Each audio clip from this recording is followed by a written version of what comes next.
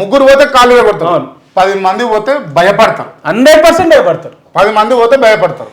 ఎప్పుడైతే యువత తిరుగుబాటు మొదలు పెడతదో, ఎప్పుడైతే మీరు అన్నట్టు ఆ 10 మంది యువత తిరగబడడం మొదలు పెడతారు, అంటే మీరు ఇచ్చినా ఇయ్యకున్నా, మీరు బీఫామ్లు ఇచ్చినా ఇయ్యకున్నా, మేము స్వయం స్వయం కృషితోటి పేదలు మమ్మల్ని నమ్మి ఇండిపెండెంట్ గా నామినేషన్ వేసి మాకు ఓటేస్తారనే నమ్మకంతో ప్రజలకు పోతే 100% వాళ్ళకి చెంపబెట్టి అవుతుంది. ఖచ్చితంగా చెంపబెట్టి అవుతుంది అన్న. యువత రాజకీయాల్లోకి రావాలన్నది మీ ఆలోచన? రావాలన్న 100%. అన్న నాకు ఒక 5 సంవత్సరాలు అవకాశం ఇస్తే నాకు ఏం టాలెంట్ ఉంది, నాలో ఏం ఆలోచనలు ఉన్నాయి, నేను ఏం చేయగలుగుతా, నేను ఏం చేస్తా అనేది ప్రజలకు తెలుస్తుంది. ఆ ప్రజలకు తెలిసినప్పుడు ఇంకొక 5 సంవత్సరాలు నాకు ఇయ్యాల వద్దంటది. సరే నేను 10 సంవత్సరాలు ఒక పదవిలో ఉన్నా అనుకో, ఆ 10 సంవత్సరాల తర్వాత నేను ఇంకొకరిని అకామిడేట్ చేయాలి యువతని.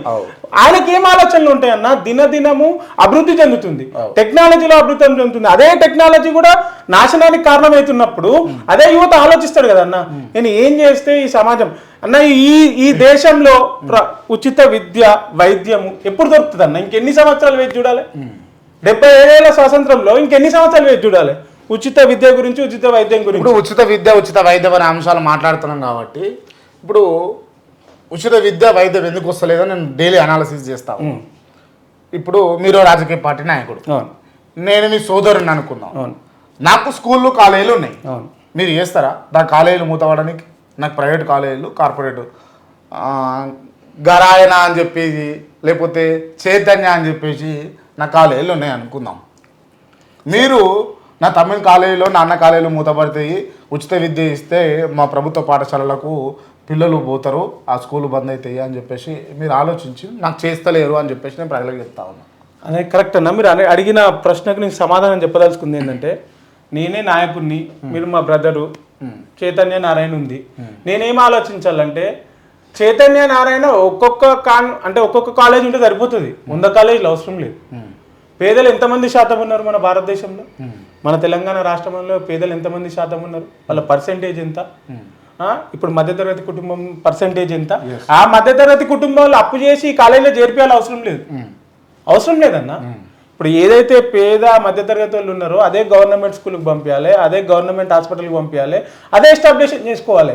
ఉన్నత స్థాయిమైన వ్యక్తులు ఉన్నో లేరని ఉంటే నా ఒక్క కాలేజీలకి పంపిస్తే. ఇప్పుడు అంటే ఇంకొక అంశం ఏంటంటే, ఇప్పుడు వెంకట అనేట ఆయనకో, లేకపోతే క్రాంతి అనేట ఆయనకో, లేకపోతే మల్లేష్ అనేట ఆయనకు తెలివి లేకపోతే, ఆలోచన శక్తి లేకపోతే చెప్పినట్టు వింటాడు. ఉచితంగా విద్య ఇస్తుంది, ఉచితంగా వైద్యం ఇస్తుంది, వెసులుబాటు కల్పిస్తుంది, ఉద్యోగాలు ఇస్తుంది నిరుద్యోగులకు.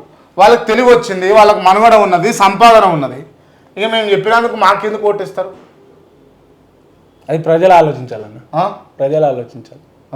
ప్రజలకు ఆలోచన శక్తి ఎందుకు కోల్పోతున్నారు అనేది నేను అడుగుతున్నాను. ప్రజలను మద్యం అనే మత్తులో కొంతమందిని ముంచేసిండు ఆల్రెడీ. మద్యం మనం తాగాలని రూల్ ఉందా అన్న? ఇప్పుడు క్రాంతనో, వెంకటనో, మల్లేష్ అనో తాగాలనుకుంటే తాగుతాడా, లేకపోతే వాళ్ళు ఇష్టం తాగుతాడు? నాకు అలవాటు ఉన్నది వెంకటన్న, నేను ఏమంటా అంటే స్వామి, నాకు అలవాటు ఉన్నది, నాకు మందు తాగాలన్న కోరికలు బాగున్నాయి. ఆడ ఉన్నది కాబట్టి నేను సప్పో చేసి అరే పోయి కొట్టరా అని, ఒక 10 రూపాయలు కొట్టరా అని పోయి అడిగి తాగే పొద్దు.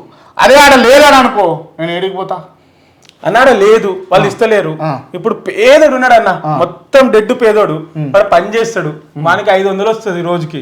వాడు ఏం చేస్తాడు? ఇంటికి 400 ఇస్తాడు, 50 రూపాయలు మంది అవుతాడు. ఇప్పుడు వీడు పార్టీ వాళ్ళు ఇస్తేనే తాగుతాడా? పార్టీ వాళ్ళకి ఇవ్వాల్సిన అవసరం లేదు, పార్టీ వాళ్ళు ఇస్తేనే తాగుతాడు, పెట్టుకుని తాగుతాడు. మరి అంత ఆలోచన శక్తి ఉన్న ప్రజలకు వీళ్ళు ఇస్తేనే మనం ఎందుకు తాగాలి, వీళ్ళకి మనం ఎందుకు ఓటేస్తున్నాం, మనం అడుగుతున్నాయి ఏంటిది, మన సమస్యలు ఏంటిది అని వాళ్ళే వెళ్ళి డైరెక్ట్ అది వాళ్ళని అడగాలి కదా. రైట్, ఇది ప్రజలకు రావాల్సినటువంటి ఆలోచన. ప్రజలు ఆలోచించాలి. అరే మేము బిర్యానీలకు, మందు బాటిళ్లకు, లేకపోతే శారసీరలకు అమ్ముడు పోతున్నామా? గిదా మా బతుకు మాకు విలువను కట్టి 5 ఏళ్ళకు మాకు విలువ కట్టిస్తుంది ఈ చీరనా సారేనా? మా ఇంటికి చుట్టాలు వస్తే ప్రజలు అనుకోవాలి, మా ఇంటికి చుట్టాలు వస్తే మేము ఒక్క పూటకు కొడతాము మా చుట్టాలకు బిర్యానీ చీర సారే. ఇక్కడ 5 ఏళ్ళకు మమ్మల్ని కొనుక్కొని పోతా ఉన్నాడు, మమ్మల్ని బజారులో చేస్తా ఉన్నాడు, అంగట్లో గొర్రెంగా ఉన్నట్టుకుంటా ఉన్నాడు అని ప్రజలు ఆలోచించాలి, యువకులు ఆలోచించాలి, విద్యార్థులు ఆలోచించాలి, పార్టీలు ఎమ్మటి తిరుగుతున్నటువంటి కార్యకర్తలు ఆలోచించాలి. ఇదే వెంకట స్వామి గారి ఆవేదన, నా ఆవేదన. నేను రోజు చెప్తున్నటువంటి అంశాలు కూడా ఇవే. దయచేసి మిత్రులారా గమనించండి. ఓటు హక్కు మళ్ళా చెప్తా ఉన్నా, అత్యంత పదునైనటువంటి ఆయుధం ఏదైనా ఉందంటే ఓటు హక్కు. డాక్టర్ బాబాసాహెబ్ అంబేద్కర్ కల్పించినటువంటి హక్కు. దాన్ని సరైన మార్గంలో, సరైన పద్ధతిలో, సరైన నాయకుడిని ఎన్నుకునేందుకు ఉపయోగించుకోవాలి అని చెప్పేసి నేను మీకు చెప్తా ఉన్నా. స్వామి గారు కూడా అదే చెప్తా ఉన్నారు.